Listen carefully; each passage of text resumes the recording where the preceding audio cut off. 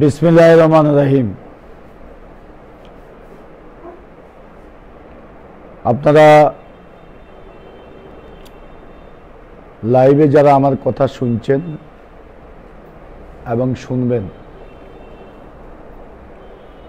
সবাইকে সালাম, শুভেচ্ছা, অভিনন্দন জানাচ্ছি। আসলে প্রতিদিন লাইভে আসা ঠিক না, তবু আজকে একটা গুরুত্বপূর্ণ মেসেজ আছে, সেজন্য লাইভে এসেছি। আপনারা গত কয়েকদিন দেশে বিদেশে যারা আছেন, আমাদের বাংলা ভাষাভাষী সবাইকে একটা ষড়যন্ত্রকারী চক্র বলে বেরিয়েছে, আমাকে দল থেকে বহিষ্কার করছে। আসলে বিষয়টা শুনতে হাস্যস্কর সবার কাছে। আমাকে কেন দল থেকে বহিষ্কার করবে? কি কারণ?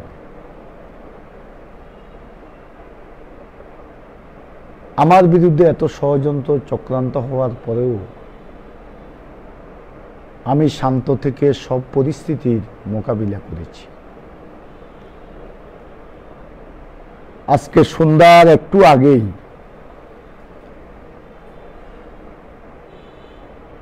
বাংলার প্রধানমন্ত্রী বঙ্গবন্ধু কন্যা শেখ হাসিনা আমাকে মেসেজ দিয়েছেন, তুমি শান্ত থেকে কাজ করো আর নিজের শরীরের প্রতি যত্ন রাখো। কোম্পানিগঞ্জের সকল সমস্যা অচিরেই সমাধান করা হবে। সেই বিষয়টা আপনাদেরকে জানানো প্রয়োজন মনে করেছি বিদায় আজকে বিরক্ত করছি। আসলে আমাদের এলাকায় আজকে যে পরিস্থিতি বিরাজ করছে, এটা যদি আরো আগেই হস্তক্ষেপ করা হতো বিভিন্ন পর্যায় থেকে, তাহলে আজকের পর্যায়ে পৌঁছত না। কিন্তু দুঃখজনক হলেও সত্য, এ বিষয়ে যাদের দায়িত্ব ছিল তাদের অবহেলার কারণে আজকের পরিস্থিতির সৃষ্টি হয়েছে। তারপরেও আমি আজকে খুশি হয়েছি, নেত্রী বলেছেন অনতিবিলম্বে বিষয়টার সমাধান করবে। আমি প্রত্যাশা রাখব কোম্পানিগঞ্জে শান্তির স্বার্থে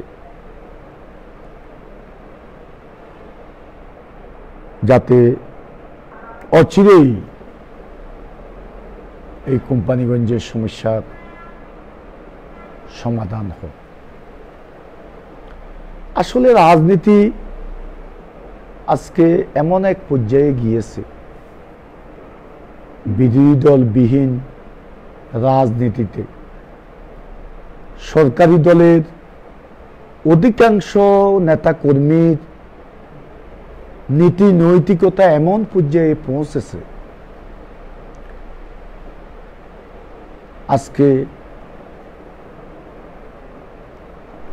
রাজনীতির করার মতো পরিবেশ দিন দিন নষ্ট হচ্ছে। এটা চলতে দেওয়া যায় না। দেখেন আমাদের মহামান্য রাষ্ট্রপতি আব্দুল হামিদ সাহেব বলেছেন কিছু সুবিধাবাদী লোক রাজনীতিটাকে পেশা বানিয়ে ফেলেছেন, কিন্তু রাজনীতি আর পেশা এক নয়।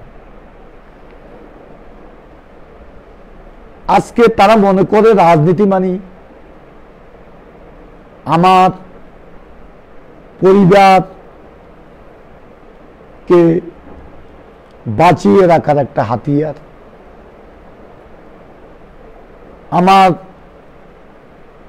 আমরা আজকে রাজনীতিকে ব্যবসায় পরিণত করেছি। এটা আজ চলতে দেওয়া যায় না। বঙ্গবন্ধু বলেছে যাদের আদর্শ নাই, নীতি নেই, যারা দুর্নীতিবাজ, যারা দেশকে ভালোবাসে না, তারা যদি প্রতিষ্ঠান থেকে বের হয়ে যায় তাতে প্রতিষ্ঠান দুর্বল হয় না, প্রতিষ্ঠান শক্তিশালী হয়। এ থেকে প্রতীয়মান হয় আজকে অপরাজনৈতিক হোতাদের দল থেকে যদি বের করে দেওয়া হয় সেক্ষেত্রে দল দুর্বল হবে না, বরং দল শক্তিশালী হবে এবং দলের গ্রহণযোগ্যতা জনগণের কাছে বাড়বে। দল যে কোনো নির্বাচনে অনুকূল পরিবেশে নির্বাচন করতে পারবে। তো আমরা বাংলাদেশের রাজনীতিতে একটা সুন্দর পরিবেশ দেখতে চাই, যেই চেতনা নিয়ে বঙ্গবন্ধু স্বাধীনতা এনেছেন, বঙ্গবন্ধুর স্বপ্নের অসাম্প্রদায়িক একটি সুখী সমৃদ্ধশালী বাংলাদেশ প্রতিষ্ঠা করার জন্য আজকে দলকে পুনর্গঠন করতে হবে। এটা হচ্ছে কর্মীদের প্রত্যাশা, জাতির প্রত্যাশা।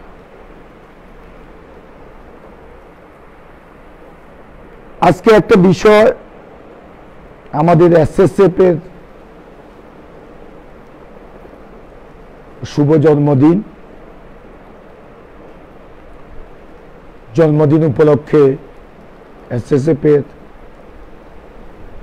মান্যবর ডিজি জনাব মুজিবুর রহমান সাহেব সহ এসএসএফ এর কর্মকর্তা এবং সৈনিকদেরকে আমি আন্তরিক শুভেচ্ছা জানাচ্ছি। আজকে শুনে অত্যন্ত খুশি হয়েছি, এসএসএফ এর মান্যবর ডিজি জনাব মুজিবুর রহমান সাহেব অত্যন্ত ভালো মানুষ, দেশের প্রতি কমিটেড, নেত্রীর প্রতি কমিটেড। তিনি আজকে এসএসএফ এর জন্মদিবসের কর্মসূচি উদযাপন না করে সে অর্থ আমাদের দেশের হতদরিদ্র গৃহহীন পরিবারকে 100টি ঘর নির্মাণের জন্য 2 কোটি টাকার চেক মাননীয় প্রধানমন্ত্রীর ত্রাণ তহবিলে প্রদান করেছেন।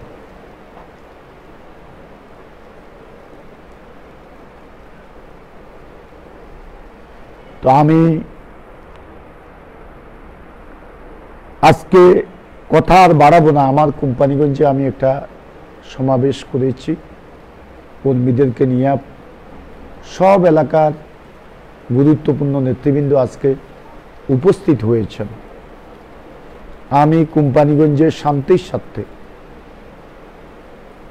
আমি আজকে এখানে একটা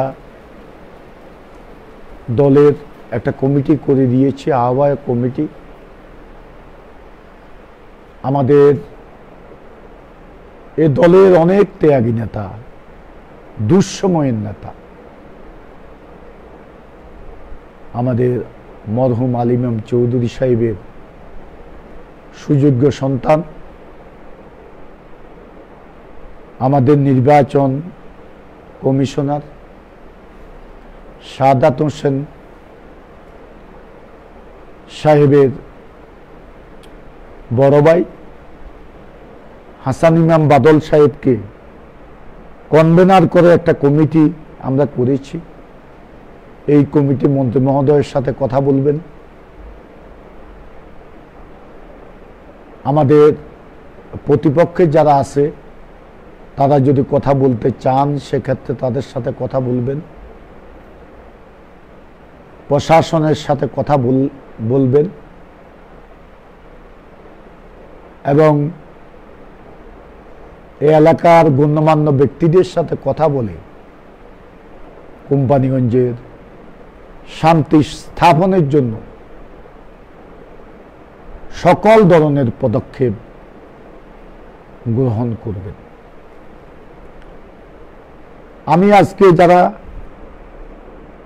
এখানে গত 5 মাস তাণ্ডব চালিয়েছেন তাদেরকে অনুরোধ করব, আপনাদের এই অপরাজনীতি বন্ধ করে কোম্পানিগঞ্জের শান্তির স্বার্থে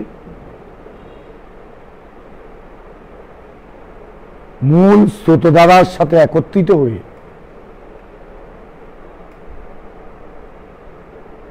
আমাদের হাসান ইমাম বাদল সাহেবের নেতৃত্বে আমরা যে কমিটি করেছি তাদের সাথে আলোচনা করে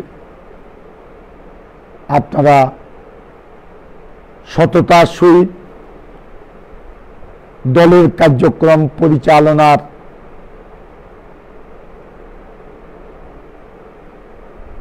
আশ্বাস প্রদানের মাধ্যমে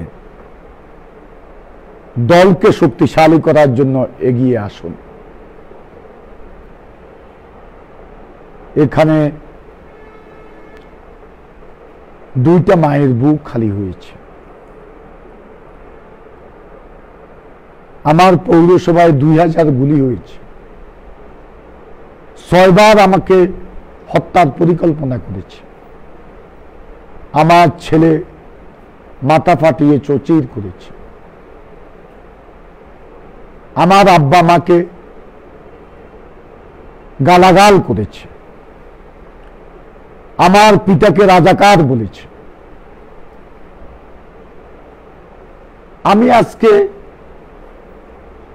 এই বিষয়গুলো নিয়ে কিছু বিষয়গুলো নিয়ে মাননীয় প্রধানমন্ত্রীর বরাবরে কথা বলেছি। সেগুলো হচ্ছে আমার মা বাবাকে যারা গালি দিয়েছে, আমার আব্বাকে যারা রাজাকার বলেছে, যারা আমার স্ত্রী মেয়ের বিরুদ্ধে কটূক্তি করেছে, তাদের বিষয়ে আমি কঠিন বিচার আমি চেয়েছি। আমি কিছুটা আশ্বস্ত হয়েছি। আমি আশাবাদী আমি এ বিষয়ে একটা সুবিচার আমি দলের কাছে পাব। আমরা চাই না রক্তপাত। আমি খোদাকে হাজির নাজির জেনে বলবো, এখানে যে কয়েকটা ঘটনা আমাদের প্রতিপক্ষের উপর হয়েছে,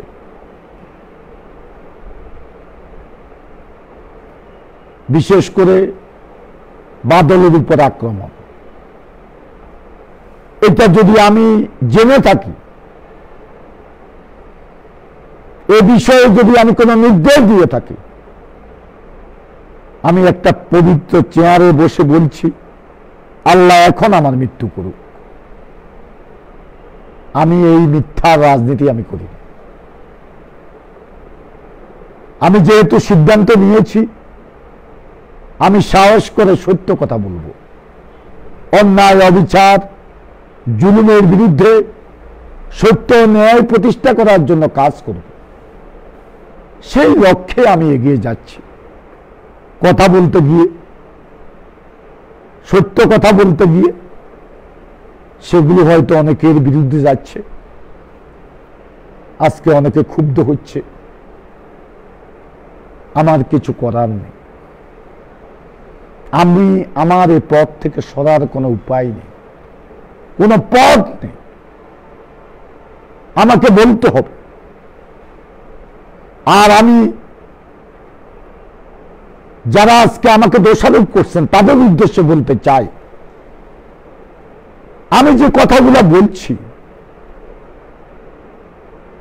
সে কথাগুলো যদি মিথ্যা হয়ে থাকে, আপনারা প্রমাণ করতে পারেন, তাহলে যে আদালতে বলেন, জনতার আদালত বলেন আর রাষ্ট্রীয় আদালত বলেন, যে আদালতে আমার বিচার করেন, আমি মাথা পেতে নেব। আর কোম্পানিগঞ্জের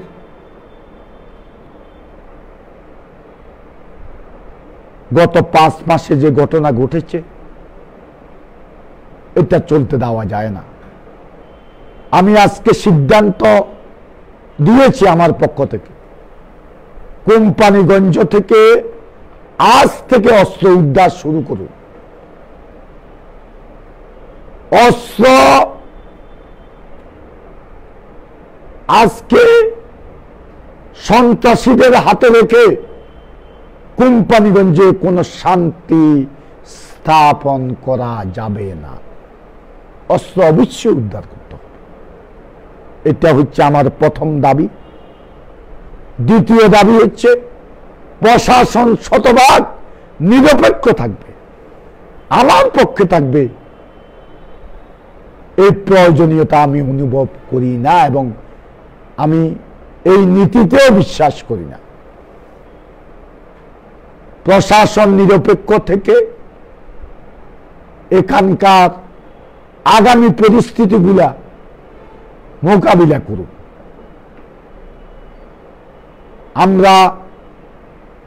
আমি প্রতিশ্রুতি দিচ্ছি প্রশাসনকে, কোম্পানিগঞ্জের শান্তির জন্য, কোম্পানিগঞ্জের অস্ত্র রাজনীতি বন্ধ করার জন্য, কোম্পানিগঞ্জে হত্যা রাজনীতি বন্ধ করার জন্য, কোম্পানিগঞ্জে মানুষ যাতে মুক্ত আকাশে নিঃশ্বাস ফেলতে পারে, সেই পরিস্থিতি সৃষ্টি করার জন্য আমি আমার পক্ষ থেকে সকল ধরনের সহযোগিতা আমি প্রশাসনকে দেব।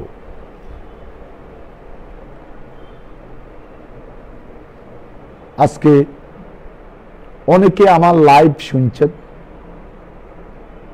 দেশে বিদেশে অনেকে আছেন। কষ্ট লাগে, আমেরিকা যেতে পারিনি চিকিৎসার জন্য, ষড়যন্ত্র হয়েছে।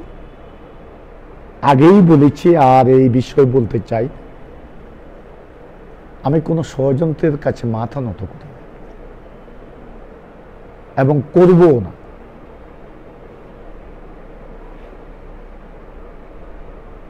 রাজনীতি করি বঙ্গবন্ধুর আদর্শে, আর